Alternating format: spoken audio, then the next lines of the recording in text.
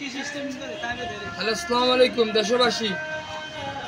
আজকে আমার জন্য 2 মাস ধরে জমি বিরোধের কথা চলতেছে। ওনারা আমি সেনাবাহিনীর কাছে, সেনাবাহিনীর প্রধানের কাছে বিচার দিয়েছি। ওনারা বিচার করছে যে তোমরা ট্রেনটা কেটে দিলো। ওনারা কাটে নাই।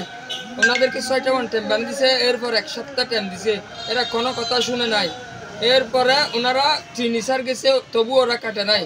আমি প্রশাসনের কাছে গেছি, প্রশাসন একবার 2বার টাইম এগুলো নিতেছে। এমনভাবে আমাকে হয়রানি করতেছে। আমার জায়গাটার দলিল আছে, 1984 সালে আমার আব্বু কিনছে। ওনারা এই সময় 1000 টাকার স্ট্যাম্প দিয়ে সবগুলো করছে।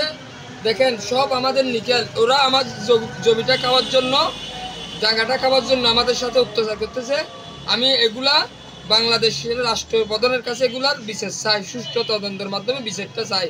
ওনারা ডেবাল দিছে, ডেবালের পরে কেন 5 ফুট ট্রেন দিছে আমি এটাই বুঝতে পারি।